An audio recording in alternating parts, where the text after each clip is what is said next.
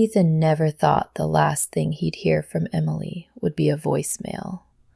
It was a cold November evening in Chicago, the kind of evening when the wind felt sharp enough to cut through your jacket. Ethan sat alone in his apartment, staring at his phone. There were dozens of messages from friends, work emails, missed calls. But there was only one thing he couldn't stop replaying: Emily's voice. "Hey, it's me. I know you're probably busy. I just wanted to hear your voice. Call me when you can. I love you." Every time he listened to it, his chest felt heavier, because he never called back. Just 6 months earlier, Ethan and Emily seemed inseparable. They met in college, built their lives together, shared tiny apartments, late-night pizza runs, and dreams about the future. For 7 years, they were each other's home. Everyone assumed they'd get married, including Emily. But somewhere along the way, life became complicated. Ethan got promoted. Long hours turned into longer hours. Stress became a permanent part of his life.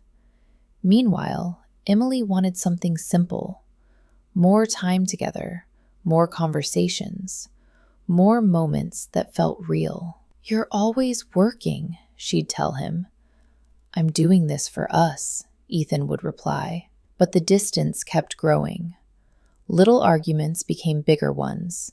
Date nights disappeared. Silence filled the spaces where laughter used to live. One night, after another painful argument, Emily sat across from him at their kitchen table. Tears filled her eyes.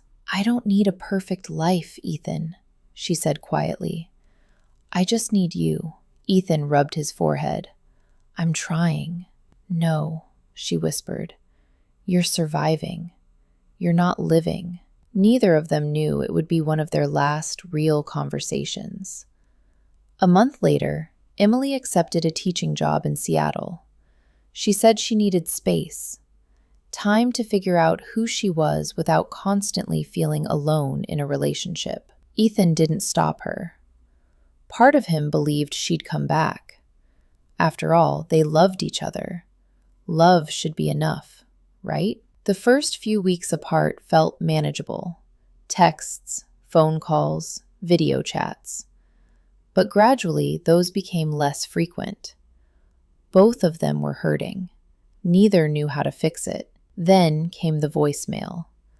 The voicemail Ethan ignored because he was sitting in a meeting. The voicemail he planned to answer later.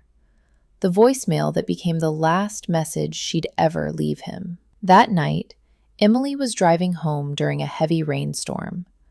A truck lost control on a slick highway. Everything happened in seconds. By the time Ethan got the call from the hospital, it was already too late. The world stopped moving. Days turned into a blur.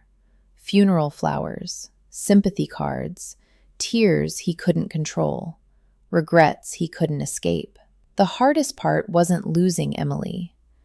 It was remembering all the moments he thought would still be there tomorrow.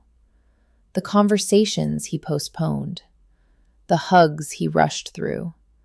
The phone call he never returned. Months later, Ethan found himself sitting on a bench overlooking Lake Michigan. Snow drifted quietly across the city. He opened his phone and played the voicemail one more time. "Hey, it's me. I know you're probably busy. I just wanted to hear your voice. Call me when you can. I love you." For the first time, he didn't cry. Instead, he smiled. Because he finally understood something Emily had tried to teach him all along. Life isn't measured by promotions or paychecks or achievements. It's measured by people, by moments, by love. And the tragedy isn't losing someone. The tragedy is waiting too long to show them they matter. As the cold wind moved across the lake, Ethan looked up at the gray sky.